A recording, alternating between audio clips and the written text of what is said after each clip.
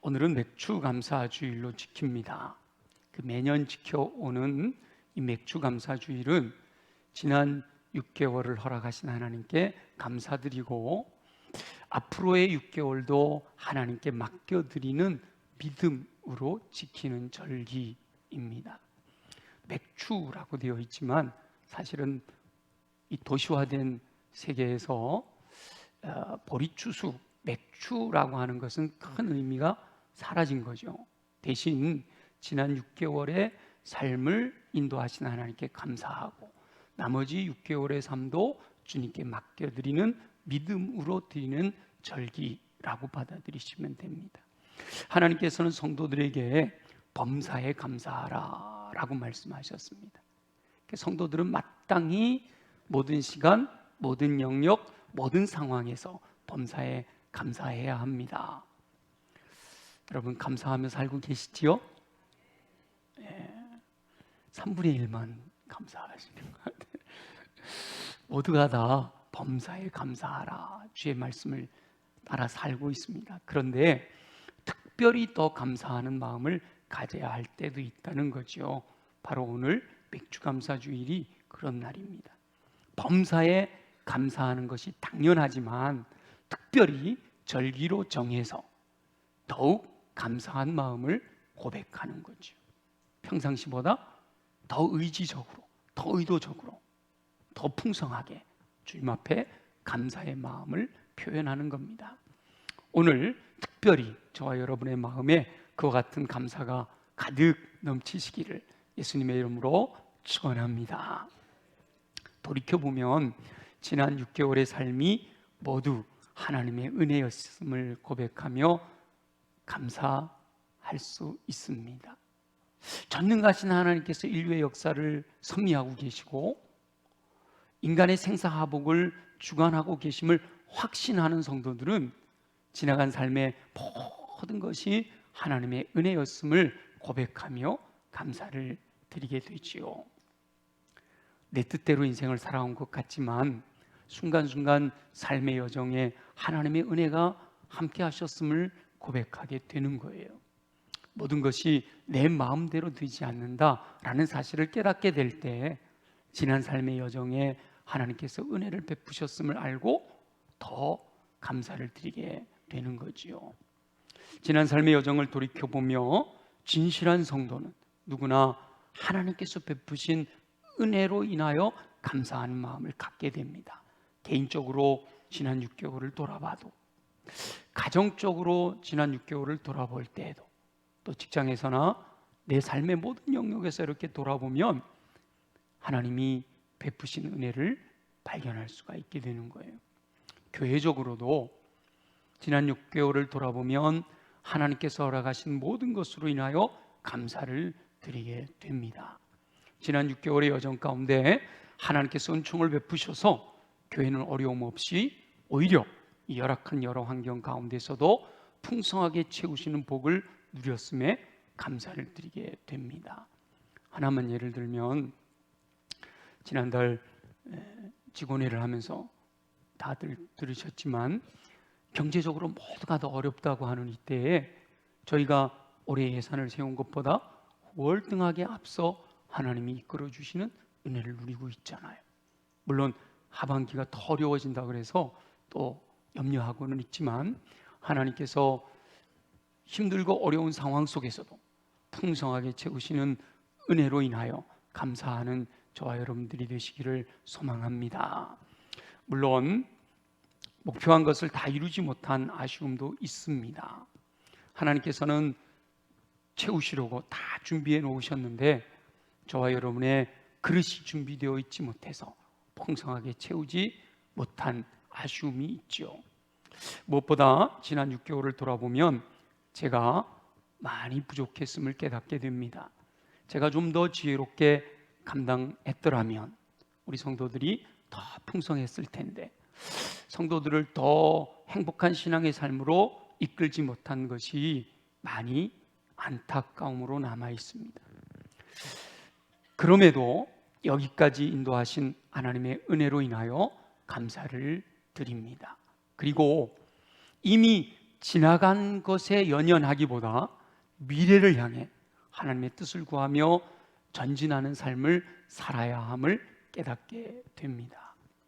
창세기에 기록된 요셉 이야기를 통해 지혜를 얻게 되는데요, 요셉은 형들에 의해 애굽의 종으로 팔려왔습니다. 사랑받던 아들, 채색 옷을 입고 큰 사랑을 받던 아들이 종이 되어, 노예가 되어 엄청난 환난을 겪으며 살아야 했습니다. 이제 그 환난의 시기를 통과하여 보디발 장군 댁의 청지기로서 평안한 삶을 누릴 수 있는 상황에서 또다시 모함을 당하여 죄수의 신분으로 살아야 했던 거지요. 당시의 상황으로 봐서 죄수인 요셉은 엄청난 고난을 당해야 했을 겁니다. 요셉은 이렇게 종살이하는 환난 중에도, 감옥에서의 고난 중에도 여호와 하나님과 동행하는 삶을 살았습니다. 주변 사람들이 하나님께서 요셉과 함께 하심을 알 수가 있었던 거예요. 이렇게 13년이라고 하는 환난의 시기를 요셉은 하나님께서 함께 하시는 은혜를 누리며 극복하였습니다.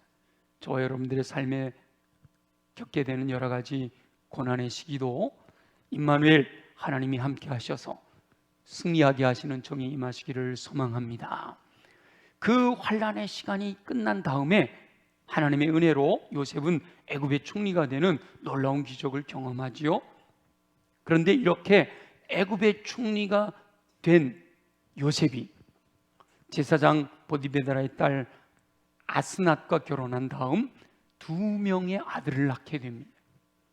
그리고 그 아들들의 이름을 통해 요셉은 자신의 믿음을 고백하는데요, 요셉이 지은 첫 번째 장남의 이름은요, 므낫세였습니다. 므낫세란 말은 잊어버림이라는 뜻이 있어요. 하나님이 내게 내 모든 고난과 내 아버지의 온 집 일을 잊어버리게 하셨다라고 고백하는 거죠. 지나간 시간은 잊어버리겠다라고 하는 믿음의 고백이 담겨 있는 거예요. 요셉이 아들의 이름을 지으면서 므낫세라고 지어서 지나간 모든 삶의 환난과 고난과 그 고난의 시기는 내가 다 잊어버리겠다라는 거죠. 형들의 배신과 종살이의 환난과 감옥에서의 고난과 같은 이 모든 것들을 잊어버리고 새롭게 시작하겠다라고 하는 믿음의 고백이 그 이름에 담겨 있습니다. 그리고 둘째 아들을 낳은 다음에는 그 이름을 에브라임이라고 지었습니다. 에브라임이라는 뜻은 창성함이라는 의미를 갖고 있는데, 하나님이 나를 내가 수고한 땅에서 번성하게 하셨다라는 믿음의 고백입니다. 지나간 것은 잊어버리고 이제 새롭게 허락하실 그 번성함, 창성함을 바라보며 나아갈 것을 고백하는 믿음을 표현하고 있는 거죠. 저와 여러분이 이 맥주 감사주의를 통하여 지난 6개월을 돌아보며 감사하고 앞으로 허락하신 6개월을 하나님께 맡겨드리는 이 상황에서 저와 여러분도 요셉의 믿음을 고백할 수 있게 되기를 예수님의 이름으로 축원합니다. 지난 6개월 동안 허락하신 하나님의 은혜에는 감사하면서 연약하여 풍성한 열매를 맺지 못하였음에 대해서는 반성하게 되잖아요. 이럴 때 요셉의 믿음을 통하여 지나간 것에 매여 있기보다 미래를 향해 나아가야 한다는 사실에 대해 도전받게 되는 거지요. 그래서 오늘은 하나님께서 성도들에게 더욱 열심을 내기 원하신다라고 말씀하시는 내용에 대해서 묵상하게 됩니다. 마지막 날이 가까울수록 더욱 열심을 내야 할 것에 대해서 하나님께서 오늘 저와 여러분들에게 도전해 주십니다. 맥주감사주의를 지키며 지난 6개월의 삶에 진실로 감사를 드리고 또 부족했던 부분들을 생각하며 의기소침해 있기보다 미래를 향한 하나님의 뜻을 분별하고 순종하고 충성하기로 결단하는 저와 여러분들이 되시기를 예수님의 이름으로 축원합니다. 하나님께서는 성도들이 살아가는 삶에 대해서 하나님의 뜻 가운데 강력하게 명령하시는 말씀들을 이 성경 가운데 여러 구절 우리들에게 허락하셨죠. 어떻게 보면 모든 성경 구절이 다 그렇다라고 할 수도 있지만, 특별히 사랑하라 라는 말씀을 우리가 생각해 보면, 내가 너희를 사랑한 것 같이 너희가 서로 사랑해라. 너희가 서로 사랑해야 너희가 비로소 예수님의 제자인 줄 알게 된다, 이렇게까지 말씀하시잖아요. 또 우리가 함께 감사주일에 생각하는 범사에 감사하라 라는 이 말씀도 보면, 이는 너희를 향하신 하나님의 뜻이다 라고 아주 강력하게 말씀하고 계십니다. 오늘 우리가 함께 읽은 본문의 말씀도 하나님께서 그리스도의 몸을 이루고 있는 저와 여러분 성도들에게 하나님의 뜻 가운데 강력하게 명령하시는 말씀 중에 하나입니다. 우리 다시 한번 오늘 본문을 읽어볼까요? 다시 한번 읽어볼게요. 다 같이 시작. 서로 돌아보아 사랑과 선행을 격려하며 모이기를 피하는 어떤 사람들의 습관과 같이 하지 말고 오직 권하여 그날이 가까움을 볼수록 더욱 그리하자. 아멘. 어려운 문장이 아니죠. 다 알기 쉽고 심지어 다 외우고 있는 내용인데, 이 본문에서 특별히 그날이 가까움을 볼수록 이라는 표현이 있죠. 그날이 가까움을 볼수록, 여기서 그날은 마지막 종말의 날을 의미합니다. 예수님께서 재림하셔서 온 세상을 심판하실 바로 그날을 의미하는 거예요. 그러니까 본문을 통해서 명령하시는 것은 마지막 종말의 날, 심판의 날에 앞서 반드시 기억하고 순종해야 할 중요한 명령이다 라는 사실을 알 수가 있습니다. 그날이 가까움을 볼수록 더 기억하고 더 순종하고 더 충성해야 될 것에 대한 명령인 것이죠. 마지막 때가 될수록 사단은 성도들이 하나님의 명령에 순종하지 못하도록 여러 가지로 방해하기 때문에 오히려 더 강력한 명령으로 들어야 하는 거예요. 편안하고 그냥 무난해서 그냥 순종할 수 있는 그런 명령이면 우리가 이렇게 쉽게 받아들일 수 있지만, 마지막 때가 될수록 사단은 이 성도들이 하나님의 뜻대로 순종하지 못하도록 여러 가지로 방해한단 말이죠. 그러니까 우리는 그 방해를 뚫고 하나님의 명령대로 순종하는 삶을 살아야 하기 때문에 더 강력한 말씀으로 들려져야 한다는 거죠. 그래서 오늘 본문의 말씀을 묵상하면서 제가 오늘 설교 제목을 오직 권하여 더욱 그리하자라고 정했잖아요. 오직 권하여 더욱 그리하자, 더욱 그리하자, 이 말씀에는요 더 열심을 내야 할 것에 대한 도전이 담겨 있는 거예요. 오직이라는 말씀은 반드시 놓치지 말고 꼭 해야만 한다라는 의미를 담고 있잖아요. 그리고 권하여라고 하는 뜻 안에도 혼자가 아니라 모든 성도가 한 마음 한 뜻으로 서로를 세워주며 감당해야 할 명령이라는 사실을 말씀하고 있습니다. 그리고 더욱 그리하자라는 이 말씀 속에는 반드시 열심을 내야 할 것에 대해서 말씀하고 있는 거예요. 지금도 잘하고 있다는 거예요.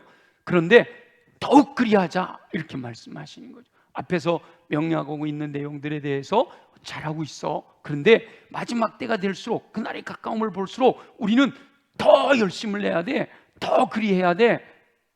더 열심을 내어 순종해야 한다라고 하는 뜻이 담겨 있단 말이에요. 오늘의 말씀은 지난 6개월의 삶에 감사하며 또 앞으로 주어질 6개월의 삶을 전망하는 저와 여러분에게 강력하게 해주시는 하나님의 말씀입니다.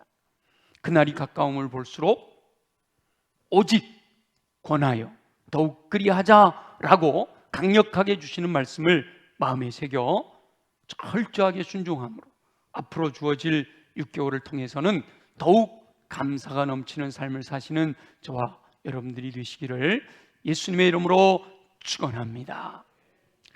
제가 기도하는 가운데 하나님께서 이 본문의 말씀을 주셨어요. 제 마음에 감동이 왔어요. 하나님, 맥주감사주일인데 감사에 대한 말씀을 전해야지요.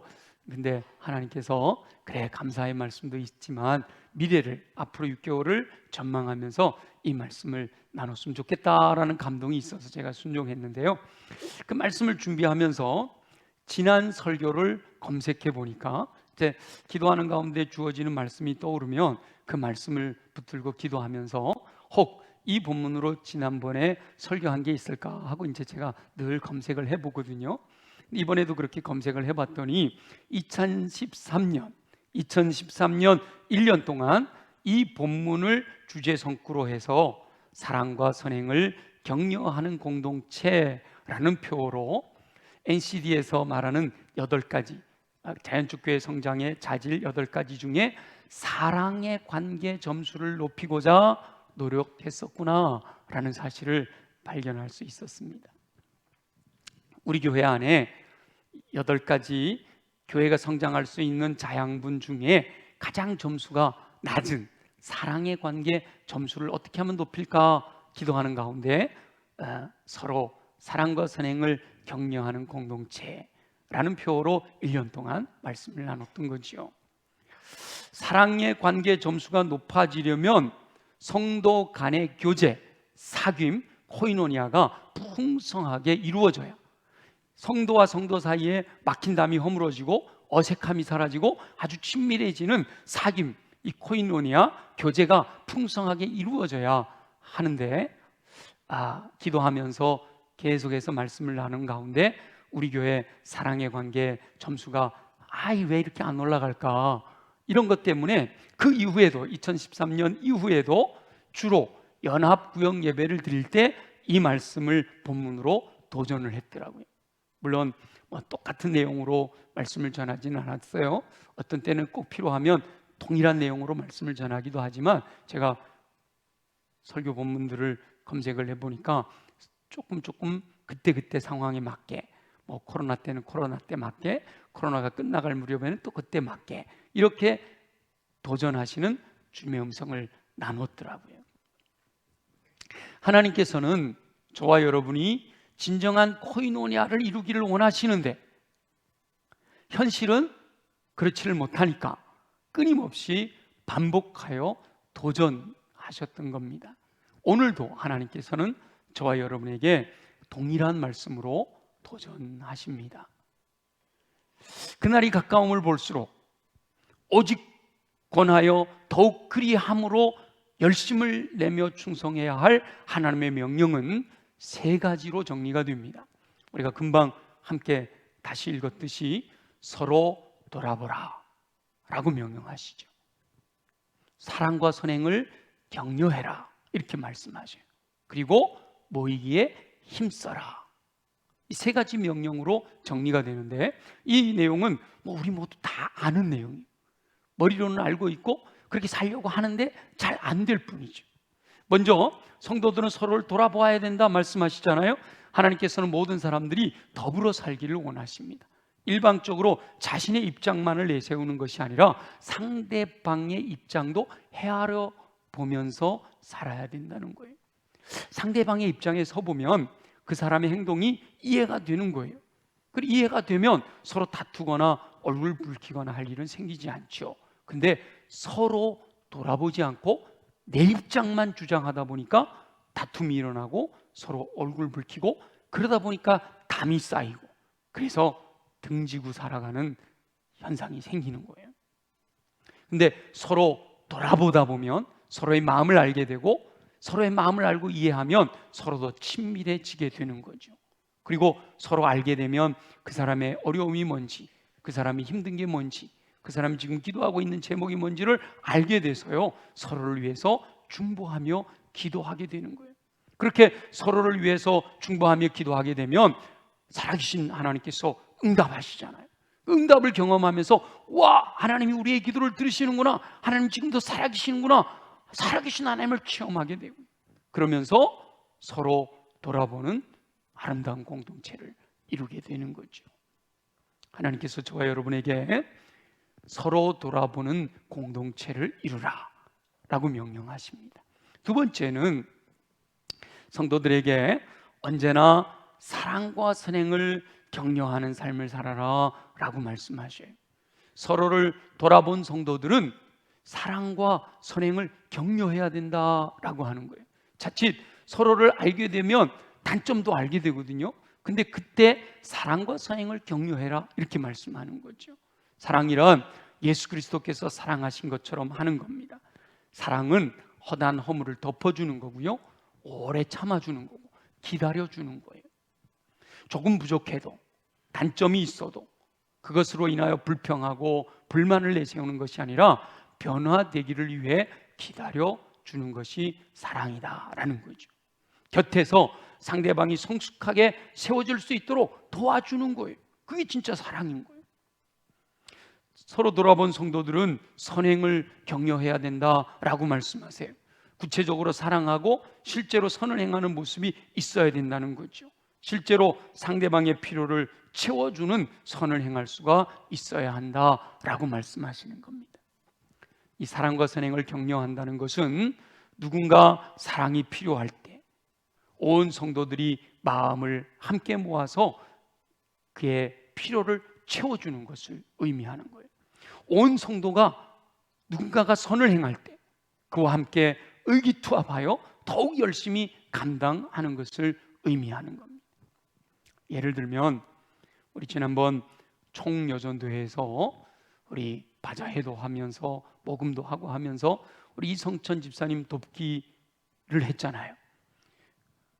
이성천 집사님의 삶의 경제적인 어려움, 육체적인 고통 때문에 생겨나는 어려움이 있다라는 걸 알게 됐어요. 그래서 우리 모든 성도들이 먼저 총여전도회 임원들이 그분을 도왔으면 좋겠다는 감동이 있고, 그것이 또 온 교회 성도들에게 마음이 같이 어우러져서 함께 힘을 모아진 것으로 전달을 해드렸잖아요. 그것이 바로 사랑을 격려하는 일이에요.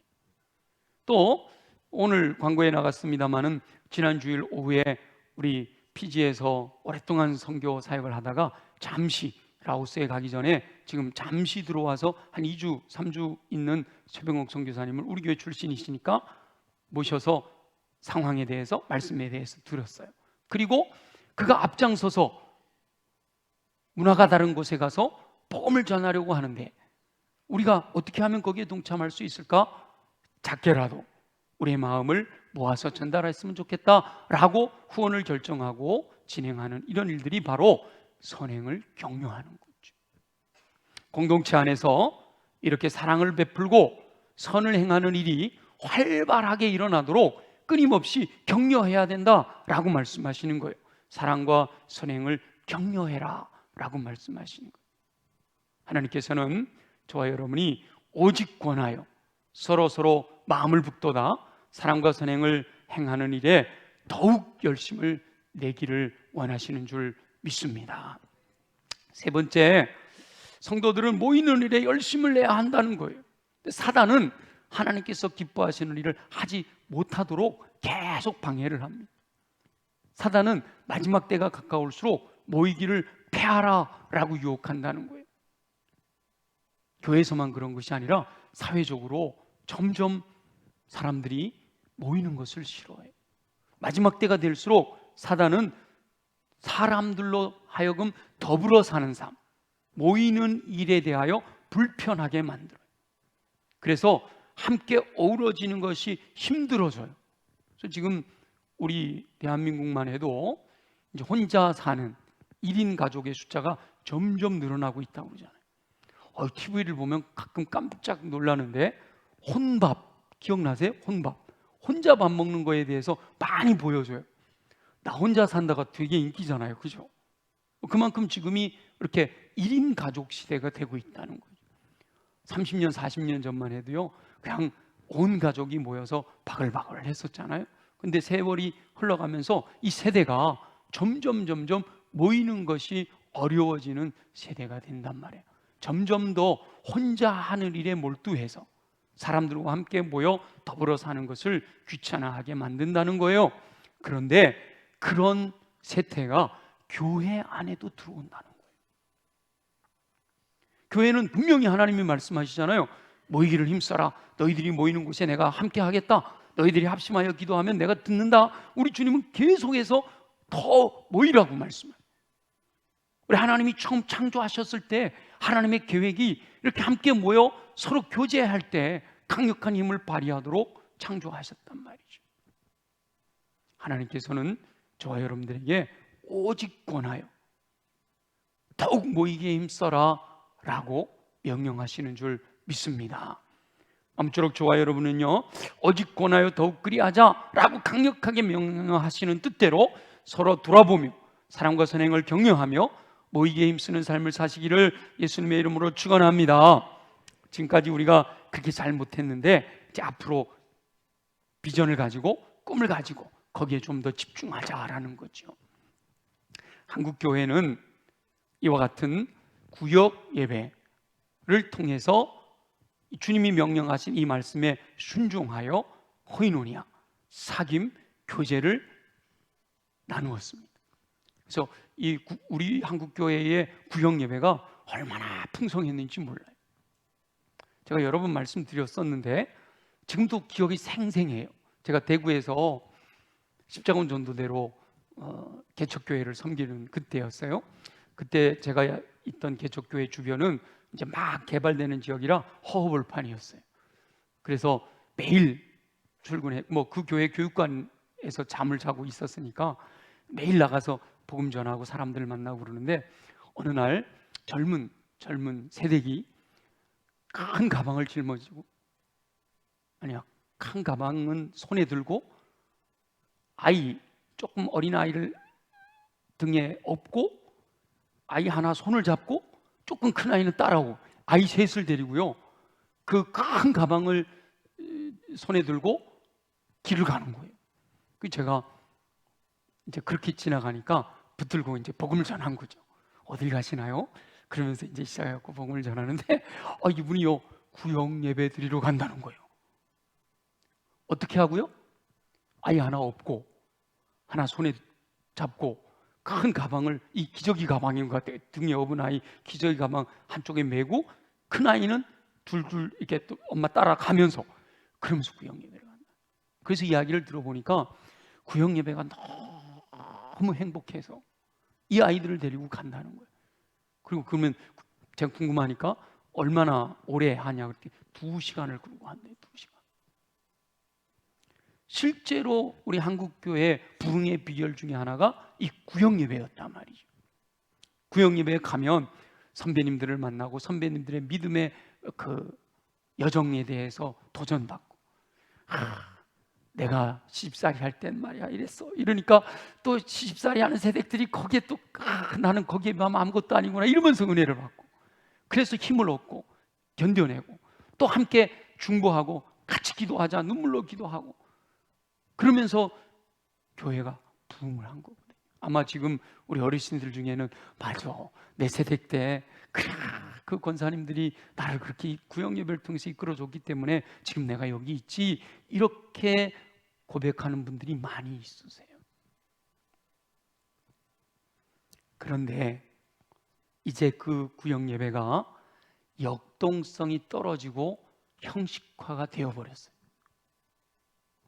많은 분들 얘기를 들어보니까 재미없대. 오래된 전통적인 교회일수록 이 상황은 더 심각해요. 왜 그런가 분석을 해봤더니 한 구역으로 묶여서 지낸 지 지금 20년이 넘었대요. 한 구역이 된 지 10년 넘은 구역은 수두룩해. 그러니까 신선함이 없어요. 맨날 얘기하는 거 들어보니까 똑같은 얘기하는 거예요. 맨날 징징거리고 맨날 자기 자랑하고. 그러니까 이제는 이 구역 예배로 모이는 것이 오히려 짜증이 난다. 그러니까 은혜가 임할 수가 없는 거죠. 그래서 이건 우리 교회를 얘기하는 게 아니라 한국교회 전반적인 상황을 얘기를 하고 있는 거예요. 그래서 구역 예배라고 하는 이름을 바꾸고 형식을 새롭게 함으로 새로운 마음가짐으로 진정한 교제가 이루어지는 소그룹을 운영해야 될 필요성이 생겨난 거죠. 실제로는요, 이 구역 예배, 우리 한국교회 구역 예배가 여의도 순복음교회에서부터 시작이 됐는데, 이 한국적인 구역 예배가 해외로 수출이 되어 가지고요, 그 구역 예배를 번역한 것이 셀이에요. 셀. 구역 예배를 번역한 것이 셀이에요. 그래서 다시 역수출이 되고 있어요. 그래서 우리나라 지금 뭐 셀그룹, 우리 교회도 지금 그러려고 하는데 그 유명해지는 거예요. 가정교회, 셀그룹 이런 것들이 전부 사실은 여기 구역 예배에 그 좋은 것들을 가져다가 다시 우리나라로 들어오고 있는 거죠. 그래서 모든 교회들이 이 역동적인 소그룹을 위해서 이 사랑의 관계가 교회 안에서 풍성하게 일어나야 되니까 어떻게 하면 그렇게 할 수 있을까 하고 이제 새로운 시도를 해 보는 거죠.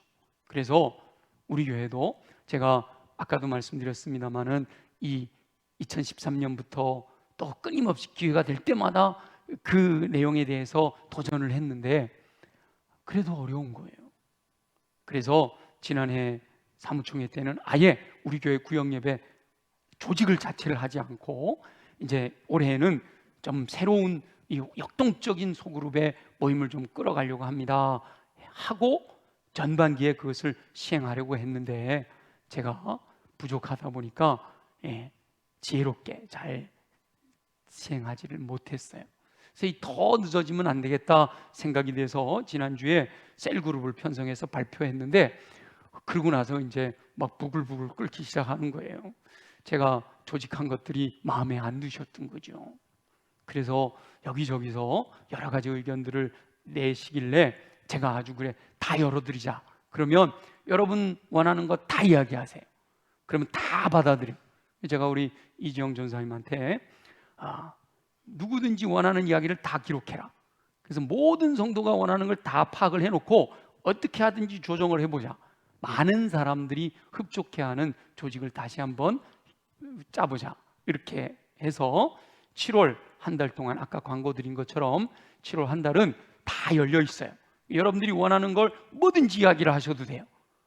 단 부드럽게 해주세요. 제가 가만히 보니까 무슨 죄를 지은 사람 같아. 그렇게 하는 게 아니라 부드럽게 여러분들이 원하는 걸 차분차분 부드럽게 얘기해 주시면 저희가 다 받아들여서 그것을 종합해서 아마도 모든 사람의 마음을 다 흡족하게 해드릴 수는 없을 거예요.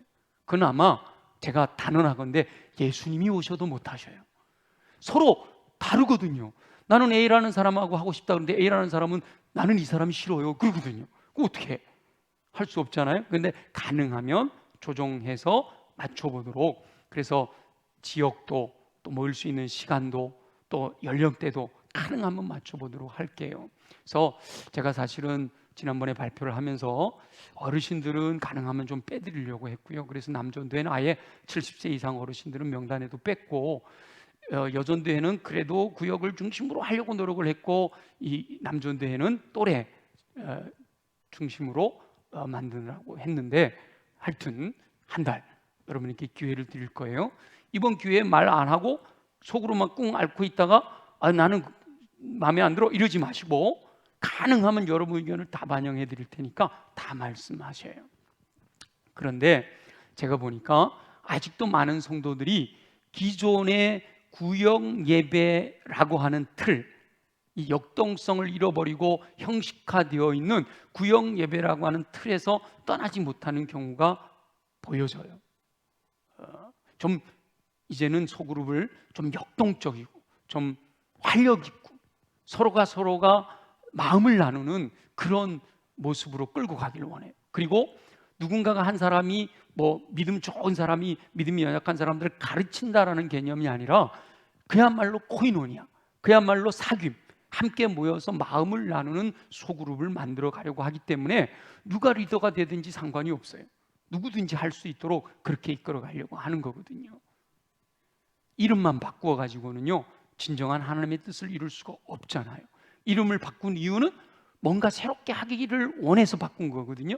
그래서 하나님께서 창조하셨을 때 계획하셨던 진정한 코이노니아, 진정한 교제, 진정한 사귐이 이루어지는 소그룹으로 만들어 보고자 하는 마음이 있는 거예요. 마침 7월을 시작하면서 날마다 솟는 샘물에서 요한일서를 묵상하게 되는데 이 하나님이 하시는 일들은 다 하나님의 안배하심이 있잖아요. 요한일서는 바로 삼위일체 하나님 안에서의 사귐이 오늘날 성도들 안에서도 이루어지기를 원하시는 하나님의 마음이 담겨 있는 거예요.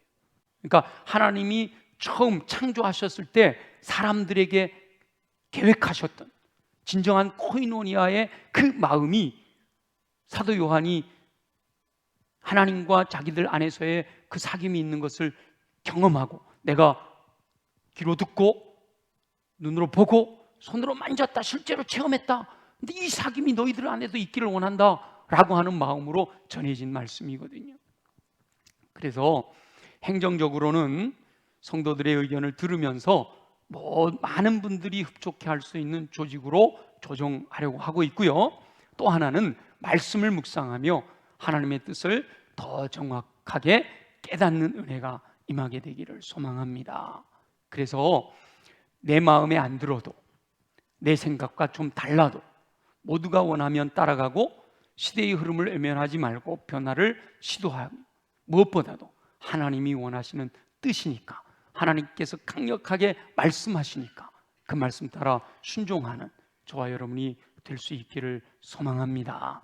맥주감사주의를 지키며 전반기에 허락하신 하나님의 은총에 감사하는 저와 여러분들이 되시기를 바라고요. 그러나 이 미흡했던 부분들은 다시 도전하여 새로운 꿈을 꾸며 오직 권하여 더욱 그리하자라고 말씀하시는 명령에 순종하는 저와 여러분이 되시기를 예수님의 이름으로 축원합니다. 말씀에 의지하여 우리 함께 기도하겠습니다. 하나님, 내게 말씀하셨는데 이 말씀 소멸치 말고 마음에 간직하고 순종하기를 소원합니다. 우리 함께 간절히 통성으로 기도합니다. 마지막 때가 가까울수록 더욱 힘써 주의 뜻을 따라 순종하기 원하시는 우리 주 여호와 아버지 하나님, 지난 6개월의 삶은 오직 하나님의 은혜였음을 고백하며 감사를 드립니다. 살아가는 모든 삶의 여정이 오직 하나님의 은혜였기에 감사를 드립니다. 비록 모든 것이 풍성하지 않았지만 하나님의 긍휼하심으로 베푸신 은혜임을 믿고 감사를 드립니다. 그러나 돌이켜볼 때 부족함이 많았음을 고백합니다.